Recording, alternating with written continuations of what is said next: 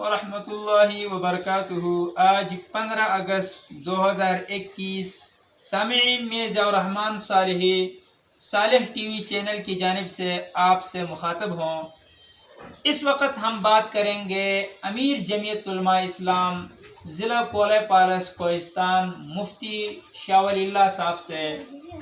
ہم ان سے جماعتی، سیاسی، گزشتہ اور موجودہ کے آئندہ لائے عمل کے حوالے سے بات کریں گے۔ سب سے پہلے تو مولانا صاحب، ہم آپ کے شکر گزار ہیں کہ آپ نے اپنا قیمتی وقت نکال کر صالح ٹی وی چینل کو ٹائم دیا۔ اب کبھی میں صالح ٹی وی چینل کا بھی انتہائی مشکور ہوں، جو اب سے ہمہ وقت وہ ہمارے پیغام کو عوام تک پہنچانے میں بہترین کردار ادا کر رہا ہے۔ اچھا مولانا صاحب، تو آپ سے سب سے پہلا سوال میرا، 2019 کے بعد سے آپ ضلع کولے پالس کوہستان جمعیت علماء اسلام کی طرف سے امیر ہے۔ جماعتی حوالے سے آپ نے کیا خدمات سر انجام دیے، اس بارے میں ہمیں آگاہ فرمائیں۔ سب سے پہلی بات تو یہ ہے کہ اپریل 2019 کو جماعتی انتخابات ہمارے سیر غازی آباد میں ہوئے۔ ساتھیوں نے اعتماد ہم پر کیا۔ اس کے بعد سے ساتھیوں کے تعاون اور بزرگوں کی دعاؤں کے ساتھ ہم نے جماعتی نظام کو تسلسل سے جاری رکھا، اور الحمدللہ اس مرتبہ جمعیت علماء اسلام صوبہ بھر میں بلکہ پورے ملک میں 2019 کے بعد جس تسلسل سے عروج پر ہے، شاید اس سے پہلے نہیں رہی۔ 2018 کے الیکشن کے بعد جب 2019 کو یہ جماعت وجود میں آئی، انتخابات کے بعد ضلع کولے پالس میں بھی اور پورے ملک میں بھی، اس کے بعد قائد محترم کے حکم پر پورے ملک میں 15 سے 16 ملین مارچ ہوئے، جو ملکی تاریخ میں سب سے بڑے اجتماعات ہوئے ہیں۔ اس کے بعد اسلام آباد میں آزادی مارچ کے نام پر پورے ملک سے مسلمان وہاں جمع ہوئے، اور جمعیت علماء اسلام کا ایک بھرپور پرامن اجتماع ہوا، اور دنیا کے سامنے واضح کر دیا ہے کہ پاکستان کے تمام مسلمان اسلام پسند علماء کرام کے ساتھ شریک ہیں۔ اس کے بعد سے جماعتی حوالے سے ہم نے اپنے ضلع میں بھی اللہ کے فضل و کرم سے ساتھیوں کے تعاون کے ساتھ بزرگوں کی دعاؤں سے ہم نے اس نظام کو آگے جاری رکھا۔ اپنے بساط کے مطابق بستی بستی، قریہ قریہ جمعیت علماء اسلام کے پیغام لے کر ہم گئے ہیں، اور یہ ہے کہ یونین کونسل کی سطح پر، ضلعی سطح پر جو تنظیمیں پوری ہو گئی ہیں، اس کے ساتھ ہم تسلسل سے اس رابطے میں ہیں، اور جماعتی حوالے سے صوبائی امیر کی طرف سے جو بھی حکم ملتا ہے، اجلاسات کے حوالے سے پشاور جانا ہو، اسلام آباد جانا ہو، جہاں ان کی طرف سے حکم ملتا ہے، ہم جماعتی پالیسی کے تحت ان کے حکم کی تعمیل کرتے ہیں۔ صوبائی سطح پر بھی اور ضلعی سطح پر بھی ہم نے اس کام کو جاری رکھا ہوا ہے۔ اچھا مولانا صاحب، اس وقت جو ہمارے ضلع کولے پالس کوہستان کا اہم ایشو مسئلہ چوڑ ہے، چوڑ وہ علاقہ ہے جہاں ایشیا کا سب سے بڑا چراگاہ ہے۔ چوڑ کو ایشیا کا سب سے بڑا چراگاہ کہا جاتا ہے۔ اس کے بارے میں آپ کا کیا موقف ہے؟ اپنے ذرا موقف عوام کے سامنے وضاحت کریں اپنے موقف کا۔ چوڑ کے حوالے سے تو جیسے آپ نے بتایا کہ ایشیا کا سب سے بڑا چراگاہ ہے، اس کے لیے پورے ہمارے بڑوں کی طرف سے ایک جدوجہد کا ایک لمبی داستان ہے، ایک لمبی سفر ہے۔ ہمارے بڑوں نے بھی چوڑ کے حصول کے لیے قربانیاں دی ہیں۔ ان کی قربانیاں، اور انہوں نے پھر سیاسی انداز میں بھی اور اسی طرح شرعی انداز میں بھی، آئینی حدود کے اندر بھی، علاقائی سطح پر بھی چوڑ کا کیس لڑا ہے، اور لڑ کر ان کی جد و جہد کے اثرات تھے، عوام کے تعاون کا یہ نتیجہ رہا کہ چوڑ ضلع کوہستان میں بھی شامل ہے نوٹیفیکیشن میں، اسی طرح لوور کوہستان۔ اس کے بعد شرعی جب فیصلہ ہوا جامع حقانیہ اکوڑا خٹک میں، ہمارے بڑوں کا کہنا ہے کہ اس میں بھی چوڑ کوہستان، پالس کوہستان کا حصہ ہوا۔ اس کے بعد سے یہ تسلسل سے جد و جہد رہا ہے، وقتاً فوقتاً، سیاسی انداز میں بھی، علاقائی انداز میں بھی، اور رسم و رواج کے اعتبار سے بھی۔ وہاں جو سرکاری عملہ ہے، چوکی ہے، اسی طرح سرکاری طور پہ وہاں پہ سکول ہے، اور اسی طرح چوڑ کے حوالے سے وہاں کے جو پانی ڈال ہے وہ بھی پالس کی طرف ہے۔ یعنی قانونی اعتبار سے بھی، دستوری اعتبار سے بھی، شرعی اعتبار سے بھی چوڑ پالس کا حصہ ثابت ہوا ہے، بٹگرام علائی کا حصہ نہیں ہے۔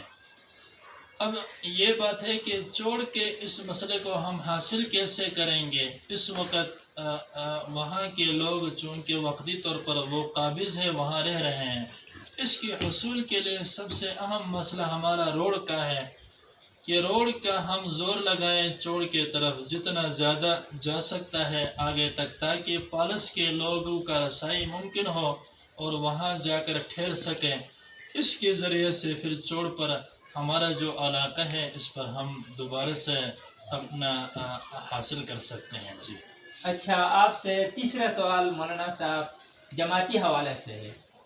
چونکہ آپ ضلع کولے پالس کوہستان کے امیر ہیں، تو آپ جمعیت علماء اسلام ضلع کولے پالس کوہستان میں جماعتی حوالے سے آئندہ عمل آپ لوگوں کا کیا ہے؟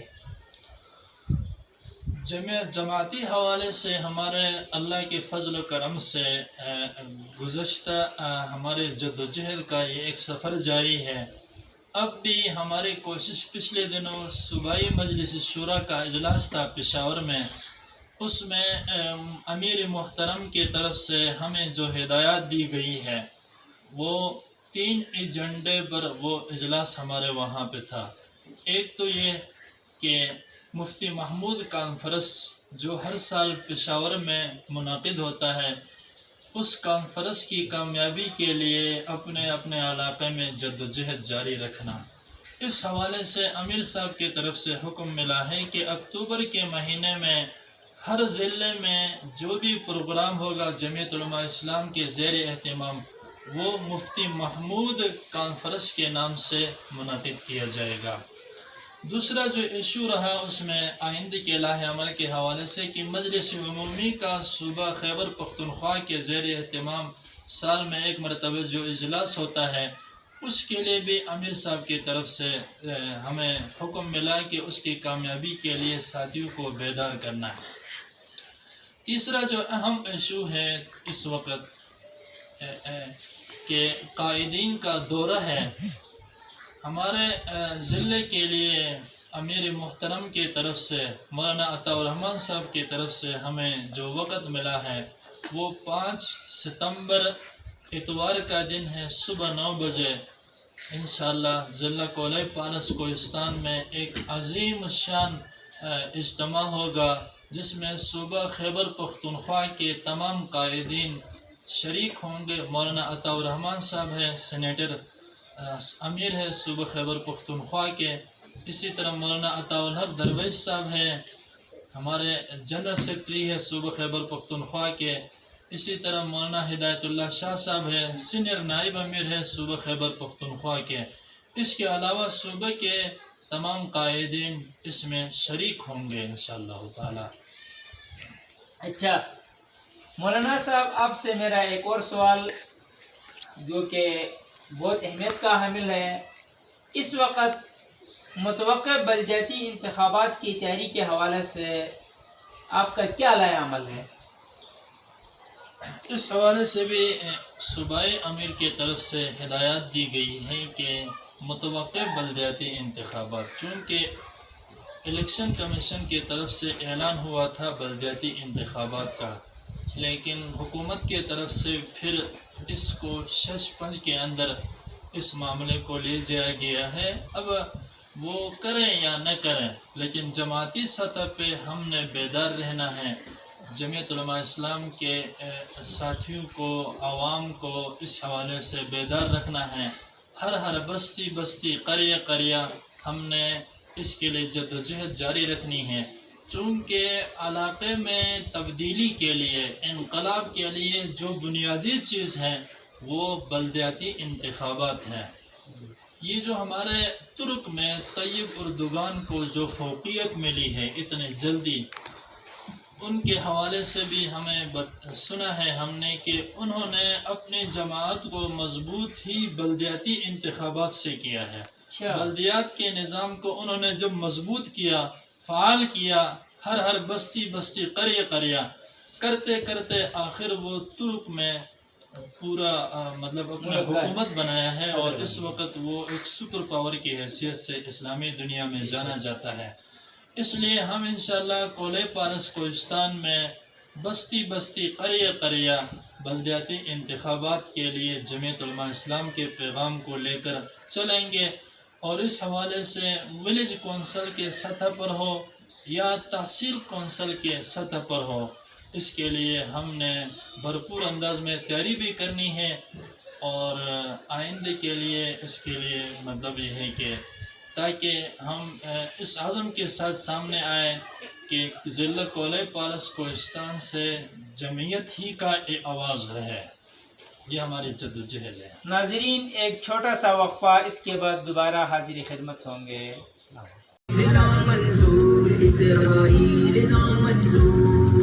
سرزمین انبیاء سے کیسے غداری کرے، اس سے بہتر ہے فلسطین کی ہی ہم خواہ۔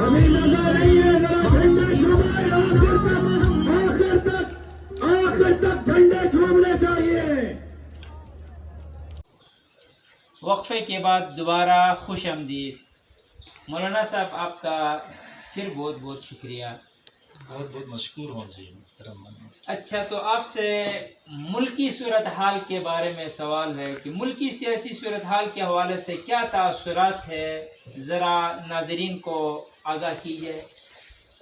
ملکی حالات کے بارے میں تو اس وقت ہر چھوٹا بڑا شہری دیہاتی سب کو اندازہ ہے کہ پاکستان اس وقت معاشی اعتبار سے، امن و امان کے اعتبار سے کس انحطاط کا شکار ہے۔ یہ تو سب کے علم میں ہے کہ بالکل، یہ تو مہنگائی، سب کو معلوم ہے کہ آج کل مہنگائی اتنی بڑھ گئی ہے کہ غریب کا جینا محال کر دیا۔ بحال کر دیا گیا ہے۔ مہنگائی انتہائی عروج پر ہے، اور جو 2018 کی الیکشن سے پہلے دعویٰ کر رہے تھے کہ ہماری حکومت ہوگی تو انشاءاللہ ہم ڈالر کو زیرو پہ لائیں گے اور ملک کی معیشت انتہائی مضبوط ہوگی، یہ دعویٰ کرنے والے اگلے دن جب ان کی حکومت بنی تو حکومت بننے کے بعد انہوں نے مہنگائی کو عروج پہ چھوڑا، اور خود ہی ہمارے اسی وزیر اعظم کا کہنا تھا کہ اگر ملک پر مہنگائی مسلط کر دی جائے تو آپ سمجھ لیں کہ ملک کا وزیر اعظم چور ہے۔ تو اس حوالے سے تو ہمارے وزیر اعظم خود ہی اپنے حوالے سے، اپنے جماعت کے حوالے سے خود ہی فیصلہ کر چکے ہیں کہ اگر ملک پر مہنگائی مسلط ہو جائے، غریب کا جینا تنگ کر دیا جائے، ٹیکس عوام پر مسلط ہو جائے، بڑھ جائے، بل وغیرہ بڑھ جائے، تو اس کا نتیجہ یہ ہوتا ہے کہ ملک کا وزیر اعظم چور ہوتا ہے۔ یہ تو ان کی اپنی زبان کا کہنا ہے۔ اس وقت بھی غریب ایک عام فرد نہیں بلکہ خاص فرد بھی صرف گھر کے کھانا کھانے پر مجبور ہے، وہ اپنے لیے کھانے پینے کا انتظام کرنے پر مجبور ہیں۔ بے شک اس حکومت کے پاس موجودہ جو حکومت ہے، چونکہ یہ نااہل بھی ہے اور نالائق بھی ہے کہ اب تک جب سے یہ حکومت بنی ہے 2018 سے لے کر آج تک ان کے پاس ملک کی ترقی کے لیے کوئی بھی منصوبہ نہیں ہے، سوائے لنگر خانے کے، کٹے کے، انڈے کے، اسی پر انہوں نے ملک کو چلانا ہے، یہی ان کی منصوبہ بندی ہے۔ اس سے پہلے پاکستان کے اندر جو خوشحالی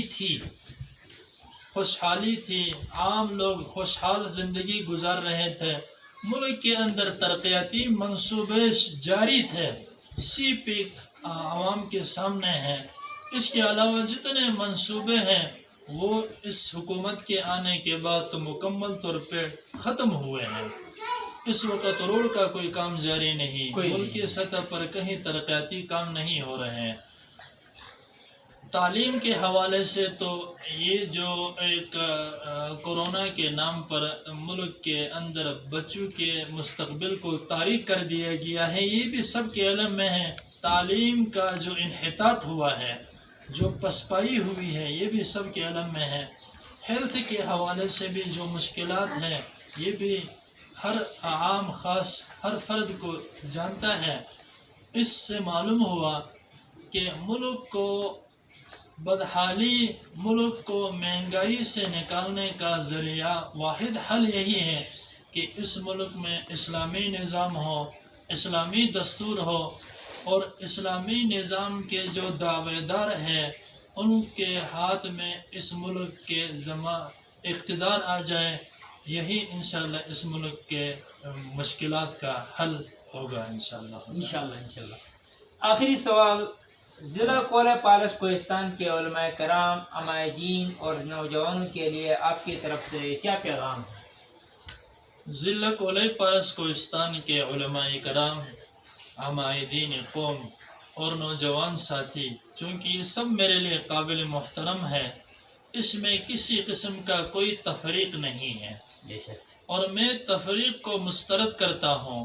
کولے پالس یہ ایک ہی ضلع ہے، یہ ایک ہی قوم ہے، ان کے درمیان تفریق ڈالنا، ان کو آپس میں لڑانا، اس چیز کو میں مسترد کرتا ہوں۔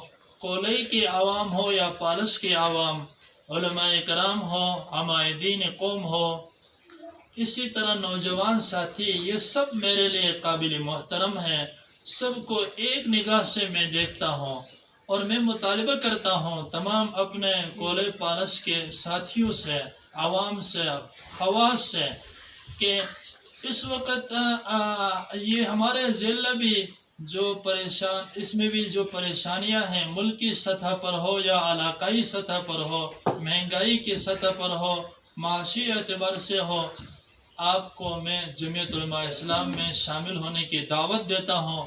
آپ کے خطے کا، آپ کے علاقے کا مسائل کا حل اسی میں مضمر ہے، اس لیے میں آج کے اس صالح ٹی وی چینل کی وساطت سے اپنے تمام عوام اور خواص سے مطالبہ کرتا ہوں کہ آئیں، جمعیت علماء اسلام کے دست بازو بنے، اسی سے انشاءاللہ ہمارے مشکلات کا حل ہوگا، ہمارے مہنگائی اس ملک پہ جو مسلط ہے اس کا حل ہے، یہی میرا پیغام ہے۔